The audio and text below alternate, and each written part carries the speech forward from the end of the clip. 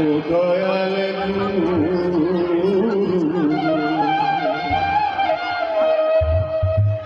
সুর বেঁধে দাও গুরু আমার সাধে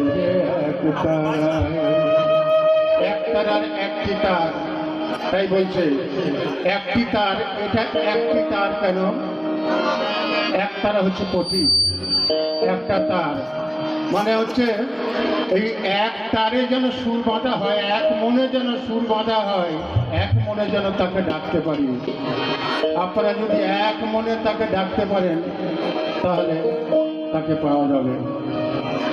তাই গুরুকে বলছি, সুর বেঁধে দাও গুরু আমার সাথে এক তারা।